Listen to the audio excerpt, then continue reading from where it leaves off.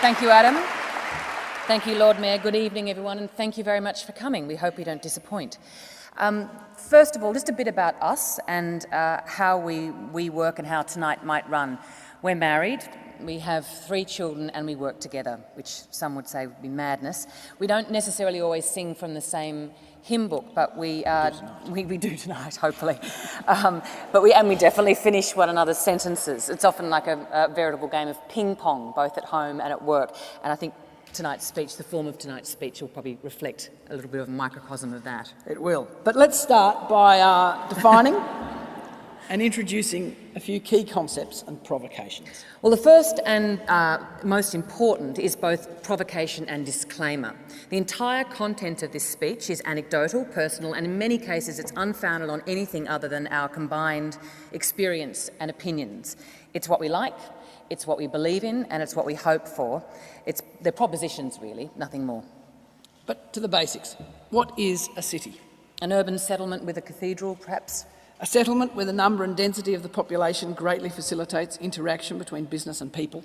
Was it Italo Calvino that said that a city is a place that's always being built, and that in fact when a city stops changing and being changed, it becomes a ruin? When something is everywhere and just is, like for example the existence of cities around the globe, it's easy to forget to ask what defines this thing we call a city. What's fundamental to the makeup of a typical city? In the 1950s, the archaeologist and historian Gordon Childe proposed 10 metrics for upgrading an ancient settlement to an ancient city. Firstly, size and density of population above normal. Differentiation of the population. Not all residents grow their own food, which can allow for specialisation and deeper engagement in trades, etc. Payment of taxes to a deity or ruler. Monumental public buildings. Those not producing their own food are supported by the ruler.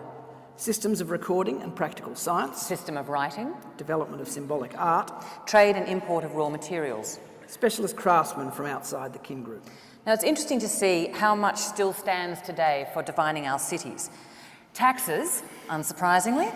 Numbers of people, inevitably. Immigration's up there at number 10, and a vibrant mix of trades and professions, of course. But what we found interesting for tonight's talk was that the other 5 of the 10 measurements, fully half the defining factors, half, are all related to the centrality of arts and culture in any definition of an ancient city.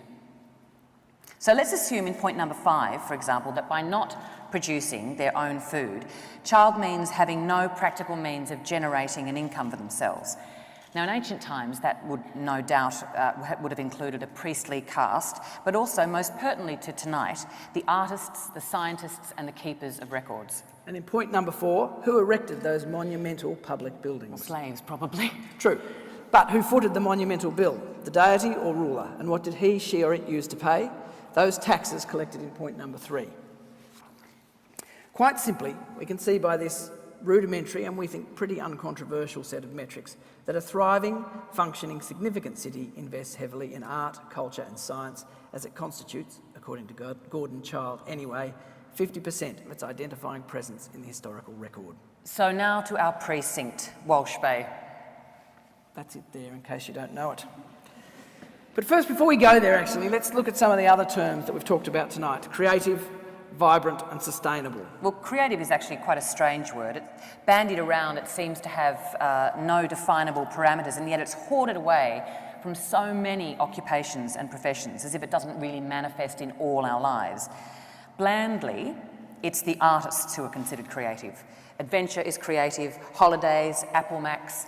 Business is not, IBM is not, daily life is not. And these demarcations, of course, are rubbish. I mean, life herself is inherently creative. Human beings, particularly, are inventive, resourceful, ingenious corner cutters and opportunity maximisers. I mean, winches, anyone? Pumps, wheels, fire. Our species is marked by the ability to create and the urge to create. Creativity flows like water through our lives. Metaphor, for example, is an act of creativity, and water is a good metaphor for creativity. Water flows, water is vital, water destroys and makes anew. Water replenishes, it quenches, water makes things grow. Like water, creativity faces three great obstacles. They are evaporation, stagnation and containment. So firstly, evaporation of the creative juice comes from over-scrutinisation, too much need to explain and deal with the glaring heat of the rational.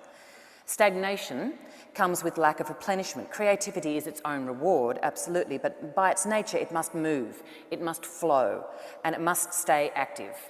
And finally, containment, the dam that inhibits creativity, is habit.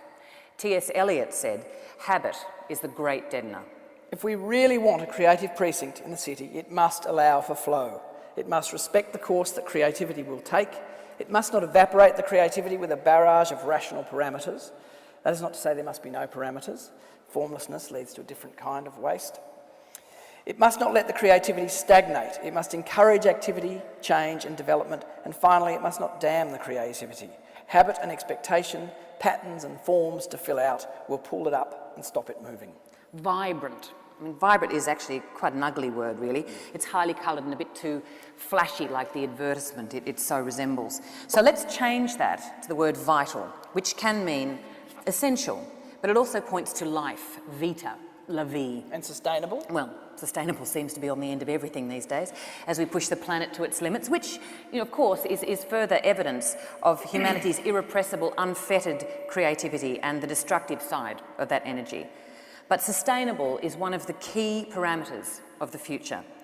It's all about ensuring that we find ways to work within a range that is not unnecessarily wasteful, that is thoughtful and considerate to the environment and the impact on the planet. It's considerate of, everyone all together, life. There we go, that word again. So life, in all its gory beatingness, is a big part of how this precinct should be defined and come into being. The conditions for life, the life of the mind, the heart, and of course, daily life, organic life. Speaking of organic, let's talk psychogeography. We'll start at the edges of the ideas and the assumptions that are made by psychogeography and work our way towards the middle. It might help invigorate the inevitable blandness of public policy. Well, what is psychogeography, darling? Good question.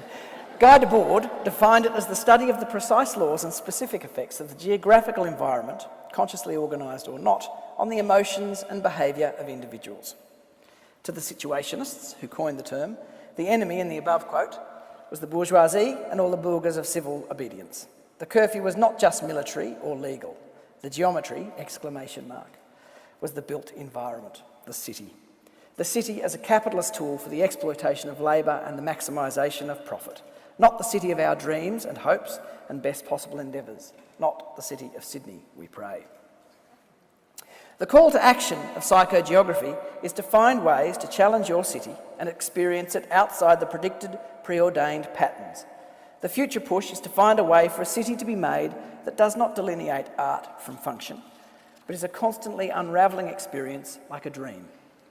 The chance of such an outcome for Barangaroo and beyond is now, so all the more reason to talk about what could be if we were to let it be. One of the methods that psychogeographers use to truly encounter the city is called a derive, which is basically a walk without purpose, where you follow your nose and listen to what the geography and the vibe tells you. Derive may well be the 21st century's equivalent to birdwatching. A city's health may be judged by the range and variety of the derives that it stimulates. We took a derive down and around Hickson Road and the Rocks. First impressions are the sheer sandstone that presses you away from the city and back to the sea. The sea edge is heavily colonised by the grey and brick facades of an industry that has passed retirement and now lies inert on the still waters of the harbour in a pre-death coma, industrial stasis. Further on, a sheer concrete platform that is as empty as a Catholic church on Sunday and as architecturally devoid of spirituality, all fenced with the cyclone wire of the detainment of something, some mound of anxiety crushed beneath the feet of all those trampling pilgrims. Detainment of the unwanted, and what do you do when you don't know what to do with something? Miller's Point is that cupboard where you put the old instruction manuals and the broken handles of the teapots and the superglue, the shed of Sydney. Men feel strangely at peace here. Perhaps we need to paint shadows for tools on the tall sandstone cliffs so we know where to hang the hammer and rest the hacksaw. Maybe we'd bury the hatchet in the reclaimed parklands, remodelled contaminated soil to cleverly simulate the foreshore before the white man and his stinking, contaminating gas factories. In its white recorded history, the area has no single name of any permanence. It has shifted identity a number of times, quite radically. Cockle Bay in the first mapping, it was a faltering place with no real purpose or attraction. Then came the mills, hence Millers Point. With the mills came the workers and the homeowners, and for a while it had a little pocket of variety. Then came the gasworks and the Argyle Cut, which allowed traffic to flow easily from the rocks to work at the increasing number of wharves. The wharves boomed and busted their way through the last 30 years of the 19th century and into the first 30 years of the 20th. It became a distinctly, proudly working-class suburb, right there on the harbour's edge. In the Depression, it got the double whammy. The harbour bridge cut it back off from the city, and the economy abandoned it to uber exploitation. This is when it earned its next identity, the Hungry Mile. Ernest Anthony, the wharfy poet and working man of the age, wrote a poem about it. It was men, mostly, pacing anxiously between the rock and the hard place, the sheer sandstone and the deep, bottomless harbour, the hungry belly and the humiliation of desperation and powerlessness. Abandoned by the rest of the city, that clawed desperately at the bourgeois hopes and heights of the North Shore, the blinkered aspirants spent the futuristic 50s and the swinging 60s commuting across its breaking back as it fell into disrepair, and some thick-fingered 1970s concrete developer decided to dump a few monolithic slabs down there in a half-hearted attempt to up its productivity by lowering its beauty. Kind of pimp mentality. Probably was an upgraded pimp with a concrete truck who crawled out of and back into the cross to exploit the edge of the waiting city and her abandoned little sister. So it was at the beginning of the 80s, decade of reinvention, that the old whore found herself the object of desire for a tangle of theatre queens looking for a home. Oh, happy days. Now they want to call a bit of it Barangaroo, companion to Bennelong, a rose by any other name will smell as sweet. The whole stretch has a history of shifting identity, struggle, neglected beauty, undervaluation. True to psychogeography, it is a little bit of Sydney's history in miniature, distinct unto itself, but distinctly of Sydney. So why has it been neglected, and what is it about Sydney that undervalues? Why has Sydney got such bad transport? Anyone? In the Sydney Theatre Company's early years, it operated out of various rented premises around the city: administration, rehearsal rooms, wardrobe and workshops in Potts Point and Scenic Art and Glebe, producing about 38 productions in 5 separate theatres. It was decided to find one location that could house all the activities of the company and a theatre. It was a brilliant plan. And after an extensive search, the then derelict Walsh Bay Wharf, Pier 45, was proposed as the new home. And after more than 3 years of obstacles, budgetary and bureaucratic, overcome, the wharf's transformation was begun in 1983. The 60-year-old ironbark timber wharf warehouse, built to load cargo onto ships and tied up alongside, was converted into premises suitable for creating, producing, performing and enjoying theatre without sacrificing any of its historical integrity or context. In 1985, Vivian Fraser, in association with the New South Wales Government architect J.W. Thompson, won the Sir John Sulman Medal awarded by the Royal Australian Institute of Architects, New South Wales chapter. And the wharf conversion, when they were judging it, the jury citation includes, "Wisely, Fraser elected to regard his new work as simply another layering of the old building's history. This means that he did nothing to obscure the visual integrity of the wharf." So soon other performing arts companies and organisations got interested and gravitated to the area, and now Sydney Dance Company, Ozdance, the Sydney Philharmonia Choirs, Gondwana Choirs, Sydney Children's Choir, a lot of music down there, the Song Company, Australia Theatre for Young People, Regional Arts, Accessible Arts, Bangarra Dance Company all enjoy premises on Pier 45. It's an absolute hothouse. And 25 years later, and the wharf was presented the 25-year award for enduring architecture by the Institute. And in the jury's opinion, the wharf remains an international benchmark for this type of architectural project. It represents a skillful blend of sound urban design, conservation, adaptive reuse and contemporary architecture, and as a consequence is an essential aspect of Sydney's urban culture. Now from this you can see that the theatre company's home building is not only best practice, but it's at the very leading edge of reinvigoration of the whole area to an international standard. We should also note that the actual physical structure of the company at the wharf, and we think the implications of that structure, offers a real insight in how one could best create an open plan for an arts precinct. But perhaps we'll save that bit for later. Okay. For now, let's look at some other arts precincts. Two spring to mind here in Australia, which both offer a stimulus to Sydney on the one hand, you know, a bit of competitive edge, and a warning on the other, so we can win. Let's start with the stimulus. In the last 10 or 15 years, it must be true to say that both Melbourne and Brisbane have raced ahead in the arts and the invigoration of their city centres with arts-related content. In saying ahead, we do not mean that they have raced ahead of Sydney necessarily, because finally, scaling superiority in the arts is, like many acts of comparison, odious certainly, but fatuous most pertinently. Quality of life is a difficult enough thing to define, let alone measure. But it can definitely be said that both Brisbane and Melbourne have upped their commitment, their focus and their game when it comes to injecting arts and culture into their city identity. They really are responsible to their mantle as capital cities of big important states in a significant country in the global economy. Sydney has rested on her laurels a bit, and it is beginning to show. More importantly, it is beginning to feel like that. When you walk along the rivers in either Melbourne or Brisbane, there is a palpable pride in their precincts and an ambition, a looking forward, a promise of more, a search and a push. When a city instills these feelings in its inhabitants and its visitors, it fills them with excitement and drive. Art asks you to look around, to contemplate and to assess the world. It is stimulating even when you don't like it. At times, Sydney can feel disinterested, bored, smug, lacking in direction. At times, you can feel the post-Olympic quandary. This is understandable and not a permanent thing.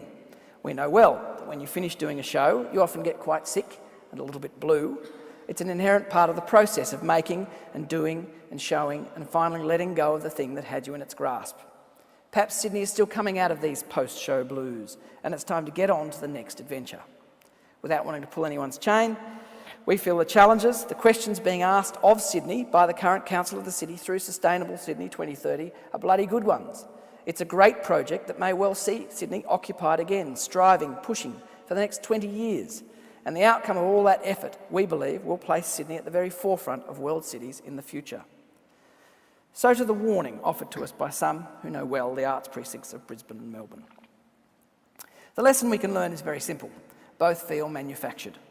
They feel planned and deliberated. They consequently have a self-consciousness which can make them ever so slightly distant, remote from life sometimes rather than pulsing with it. Could it be that a factor in this is that people don't really live there and the facilities seem targeted more at a tourist experience rather than the daily life of the place itself? The best precincts need to feel lived in by locals and alive with the life of the city. You need to be able to encounter the city itself, not just the public face. When we lived in London, it's your turn to hold the water. Yeah. The last couple of pieces of the South Bank puzzle were put into place. The Royal Festival Hall was renovated and reinvigorated with a broader sense of purpose and a broader mandate in terms of reaching out to an audience. And also the Tate Modern opened in an old Bankside power station. It too had a broad mandate and a distinctive sense of purpose, best encapsulated, I think, by its great vast belly, the Turbine Hall, being given over to a new artist each year with the brief that the artist would fill it with a large-scale installation that the public could interface with for free. So what can we learn from that fabulous bit of precinct building? Well, free art never goes astray, for starters, and certainly people live and work in and all around that strip of the river, and there's a critical mass of institutions that tip an area from being a place to go, maybe, to being a buzzing precinct that has its own micro-vibe inside the city that you must experience. Now, obviously, the West End and Broadway must be looked at as well, and they're by far the most organically formed of all the precincts so far discussed. And this gives them a broad demographic, a sense of reputation, history, colour. People live and work all through these areas and always have. Indeed, they're so full of corner grocers and newsagent and places and folks who couldn't give a damn about theatre and the arts. And the upshot is that all types and stripes and reasons for wandering through that place are enabled to coexist and give that much-needed zing to the street. In Beijing, there is a whole area that's been colonised by the visual arts. 798 is a couple of huge city blocks that have been were converted military factories, and they've all been made into galleries, shops, studios, and in some cases living quarters for artists. It kind of began organically when the artists just gravitated there and sort of took over, as artists often do. But over the last few years, it's taken on a more conscious identity and is now recognised and supported by the city. By maintaining its work-life balance, it has not become a sterile tourist trap, but is in fact a vital creative workplace for artists which anyone can visit and get the vibe. Does anyone remember the Trades Union Club? Sydney, in the 80s, was a city characterised, I think, predominantly, certainly for young folk, as I was back then.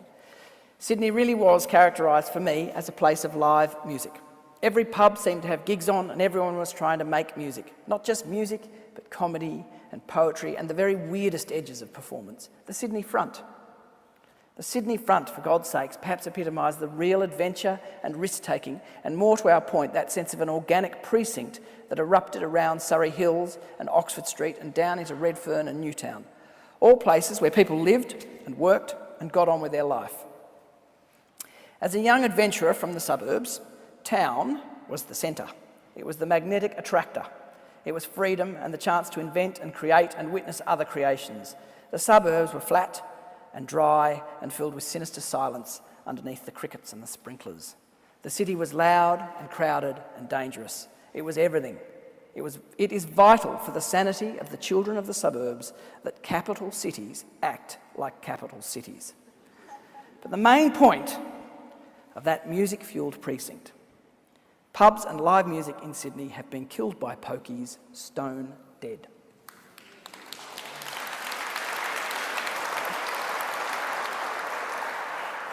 Gentrification of many of the suburbs I just mentioned has made it less possible for the variety of demographic and the vitality of the retail to remain as sparky, quirky and forgiving. Gentrification is a double-edged sword and is a shadow product, the self-destruction of diversity, an obstacle which cities must have strategies to counter and overcome. So let's think now more broadly about cultural precincts. Pretty much every city that we've visited has a Chinatown. I mean, even Beijing has the Hutons.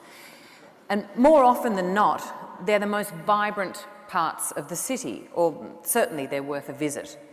Once again, it's all down to the way that they began. They're alive, they're organic, because people were there living, working and doing their thing and in and around and all on top of one another. It's about a microclimate. And clearly it's able to be made because the Chinatowns that we have visited all have more in common with each other than with the city that they're actually part of. And we're not that we're advocating in any way for ghettoisation. We're talking actually about microclimates. The gathering together, the coming together of like minds and finding a way of that being encouraged and made possible down along Hickson Road. The biggest arts precinct in the world surely must be Berlin. The whole city, all two of them, has a central identity based around culture, arts and the dialogue of humanity with its destiny. A couple of major initiatives foster this perception for the city. Cheap tickets, access and entry prices are central, of course. The breadth of potential experiences is encouraged by a vast array of spaces being engaged with, not just specifically designed buildings, but reclaimed factories, schools and various other places. This adaptive reuse is vital to the identity of the city and to the triggering of the imagination of the artists and practitioners.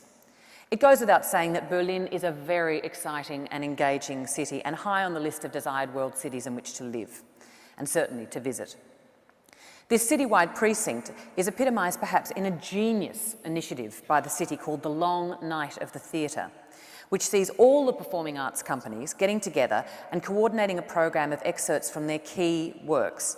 And a series of buses travel around the city and you get on and off, about €10 at various venues that interest you and experience a taster of their work and their particular vibe. It stretches way into the wee hours and it's an amazing way to encounter the city both as a tourist and for the locals. But interestingly, it turns out that most of the punters on the long night are in fact Berliners.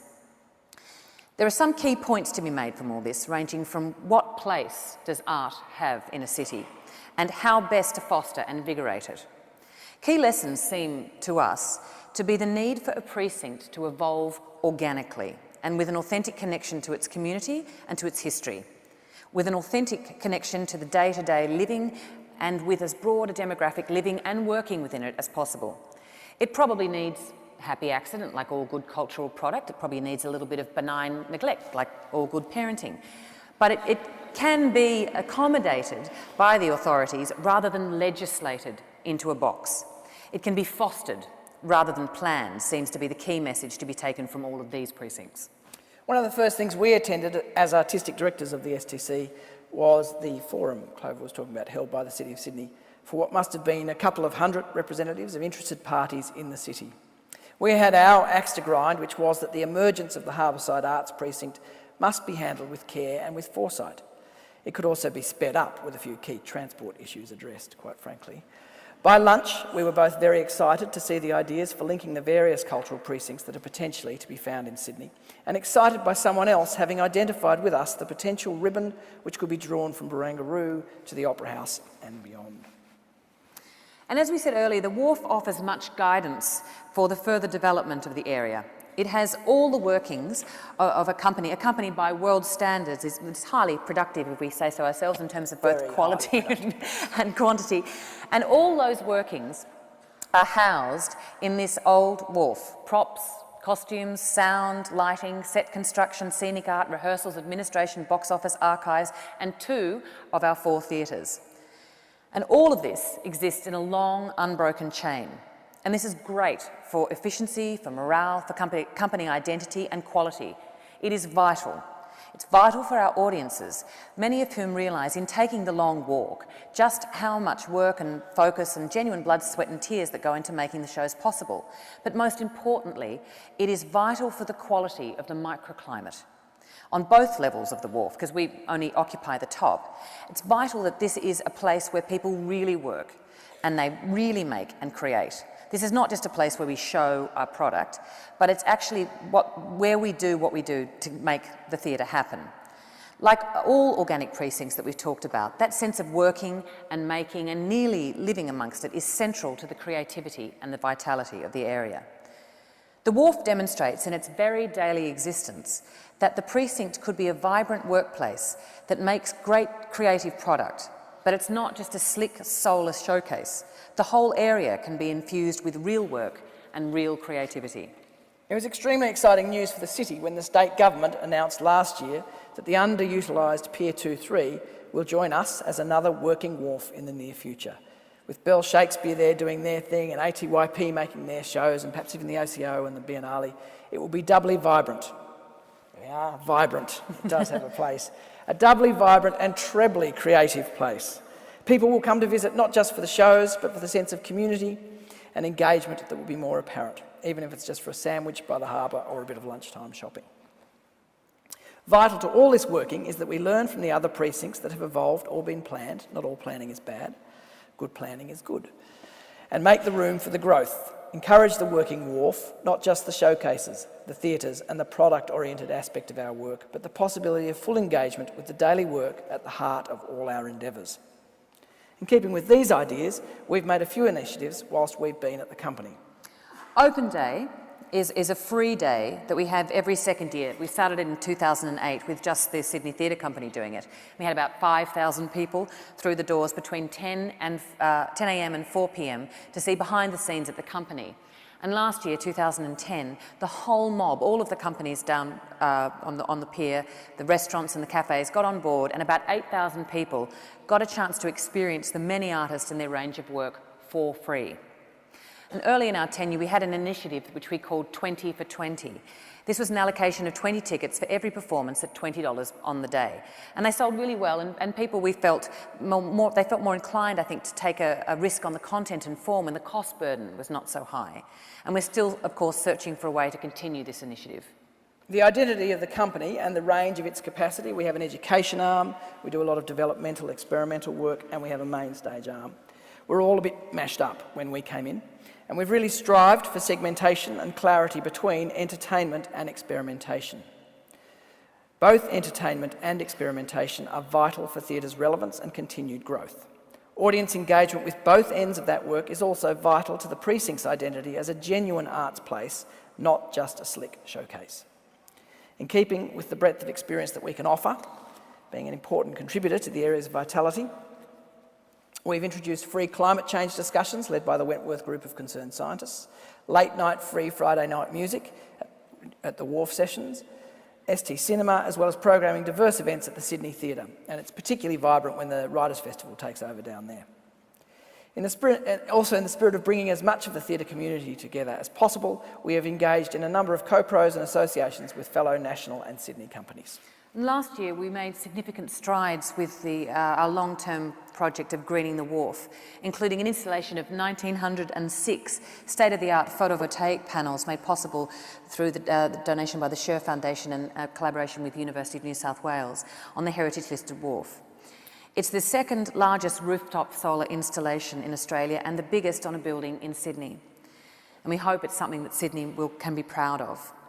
With the company fully aware of the savings in electricity that can be made with best practice, we had already reduced our daily consumption by about 10%. And together with the panels, we will be delivering approximately 70% of the Sydney Theatre Company's required electricity. And given how intensively theatre chews up electricity, we think that's something. And work is now about to commence on the innovative rainwater harvesting and reticulation system that will collect and store runoff in a brilliantly engineered storing device under the Wharf. The water harvested will supply 100% of all non-potable water needs for the whole building, so for all the stakeholders. The company practices have been greened over the last 3 years, and two of the most important initiatives have been driven from within the company. Our head of set construction, James Mackay, has researched and initiated a system of resourcing renewable timbers, and that knowledge can now be shared with other companies. And our head of lighting, Graham Henstock, has been investigating new lighting technologies. And our Wharf 2 Theatre, the most experimental space, has now been rigged out with state-of-the-art low-voltage lighting fixtures. And both these and other practical initiatives were well showcased at the Open Day last year. But what has any of the greening activity got to do with fostering a cultural future? Well, we feel that cultural institutions such as the Sydney Theatre Company, large flagship organisations in an international city, must engage the audience in a complete way as possible. The experience can't just be about the shows we put on, although of course that is central to the endeavour, but it must be about the whole encounter with the company, the environment, the ideas, and of course with the other audience members. And climate change is one of the biggest challenges facing the human race today, and it's our understanding that the reasons for it coming into being in the first place, possibly, and its rapid acceleration, certainly, as a byproduct of wasted energy and resources in the race to industrialisation, it is our feeling that those triggering reasons go to the very heart and state of our culture and civilisation today. Issues of waste and disrespect, reuse and reinvention versus the new, always the new, prosperity and progress at what cost, the immediate material satisfaction regardless of the chain of connection that we have to each other, the past and the planet, just to name a few. In order to grapple with climate change and all that it means and calls into question profoundly and effectively, we must engage not just in material solutions and legislation, but in the vital organic cultural fabric that binds us and helps us make sense. The arts have always been a great public forum for the exploration of fundamental human issues and challenges. It is inherently formed in dialogue between conflicting viewpoints, between audience and artists, and indeed between individual audience members. The best drama is located not just in the heart of the characters, but in the heart of the times in which they are written. The very heart of creative thinking in human endeavour at the moment can be found in science and technology. The harnessing of solar power and other renewable sources of energy is at the forefront of physics and chemistry. It is also vital research for the energies of the future. We feel that the marriage, the burgeoning arts precinct of Walsh Bay can propose between science and the arts, between the modern and the heritage, between the material and the aesthetic, can and should stimulate and engage audiences and our city on many levels. In fact, the intersection between science and the arts could see the Walsh Bay precinct become the first green precinct in the world.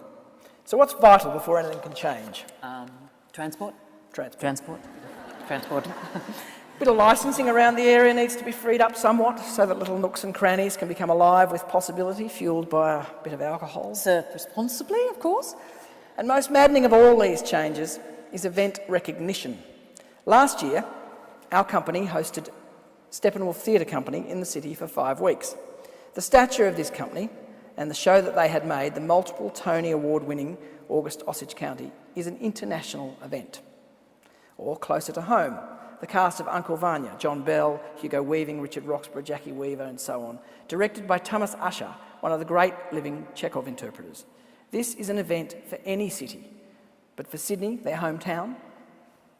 Aside from the Sydney Theatre Company, when Richard Tognetti plays overseas, this is considered an important cultural event.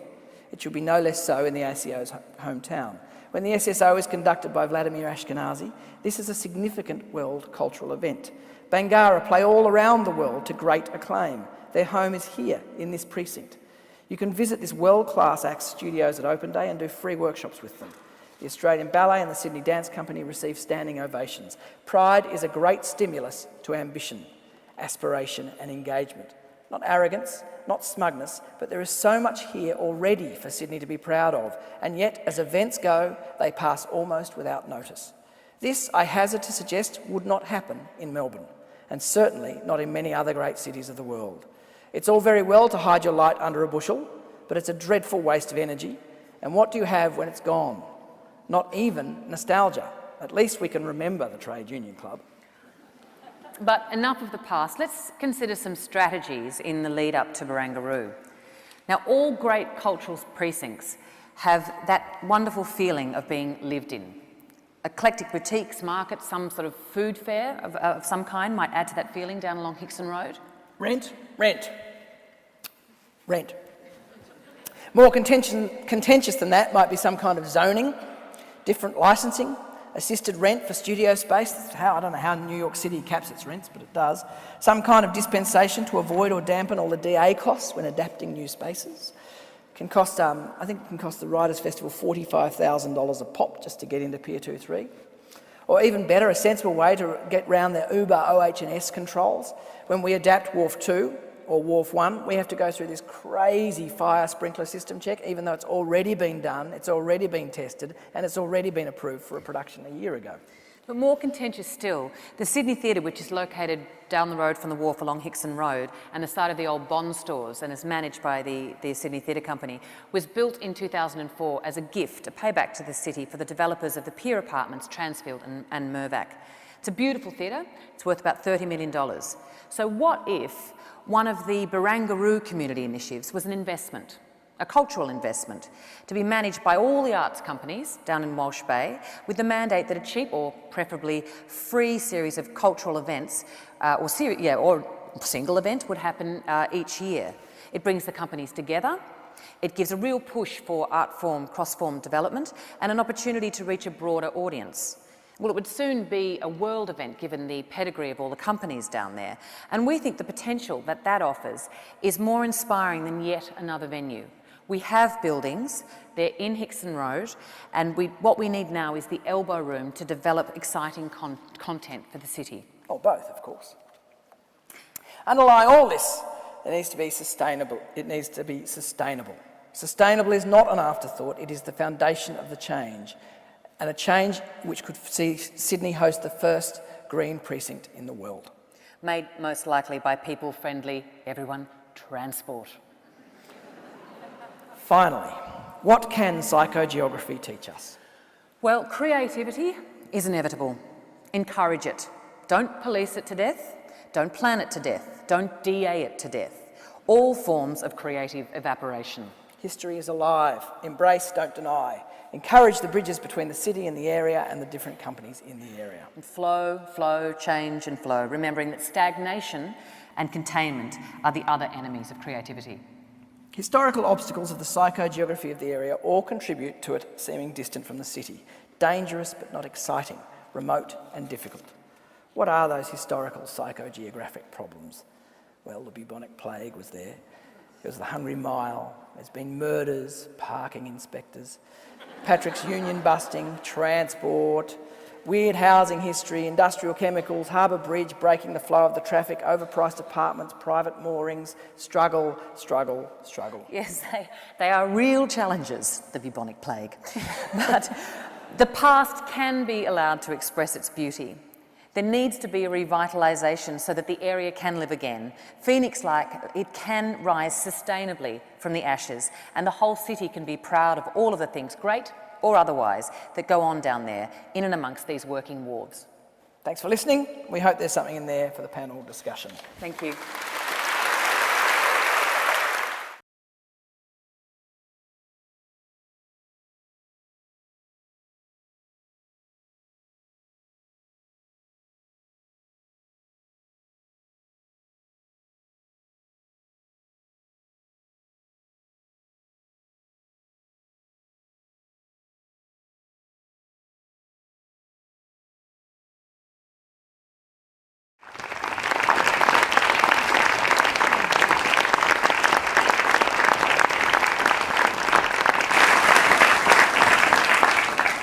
Good afternoon, everyone, and welcome to the Wharf, which is the home base of the Sydney Theatre Company.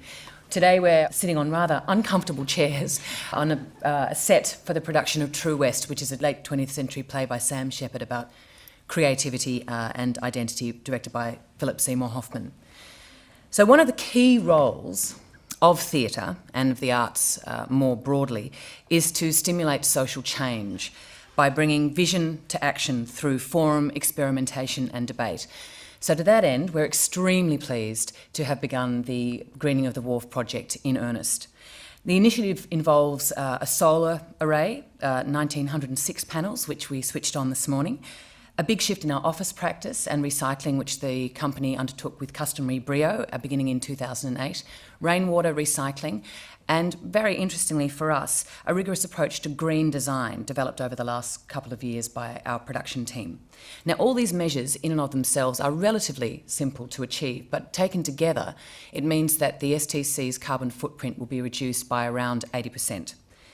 We believe change is possible without a correlating loss of quality, and we believe with an added opportunity for experimentation and exploration.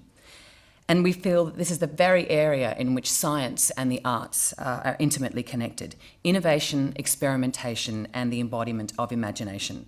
So we're very pleased to be bringing this state-of-the-art, cutting-edge technology into our creative lives. The entire project has been made possible by a unique collaboration between private philanthropists, corporate and government support, both state and federal. But particular thanks must go to the generous and visionary donors, in particular to the Sher Family Foundation and, of course, to our energy advisor, Energy Australia. So between myself, Andrew Upton, and the team at the STC, we'd like to thank you very much for coming along today. Please join me in welcoming our esteemed panel and our equally esteemed moderator, Tony Jones.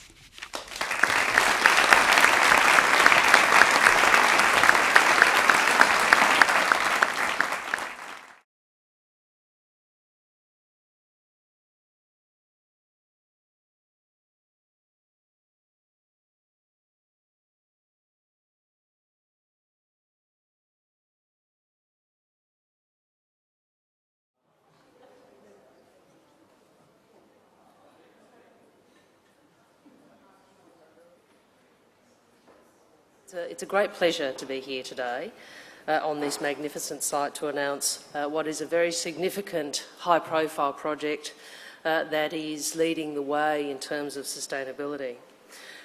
We're very pleased as a government to be providing support for the Sydney Theatre Company to transform its premises into a world-leading example of how to make a real difference when it comes to saving water and saving energy. What's happening here is the installation of cutting-edge PV technology. That's the Pluto cells, which have been developed with the University of New South Wales and with Suntech. And I want to applaud that ongoing work that you're doing together. You are world leaders in solar PV technology. We know that, and we want to continue to provide the support for that. And having that technology here at the Sydney Theatre Company will provide a tremendous platform for those technologies.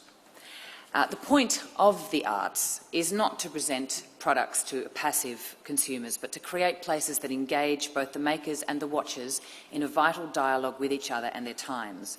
And in keeping with that, through the Greening of the Wharf and the encouragement of the Green Precincts Fund, the Sydney Theatre Company has been able to create a partnership with another vital and major part of Sydney's identity, the University of New South Wales. This government initiative represents the sort of leadership which will see Australia into the future. It is leadership which creates an opportunity rather than prescribes an outcome. But what is gradually emerging in these surrounds is a genuine cultural precinct, a hub for the people of Sydney. When this precinct is fully realised, it will in no small part be due to this initiative by the federal government and will be a green precinct, the first green cultural precinct in the world. For more information on this project and other green precincts, visit www.environment.gov.au/water.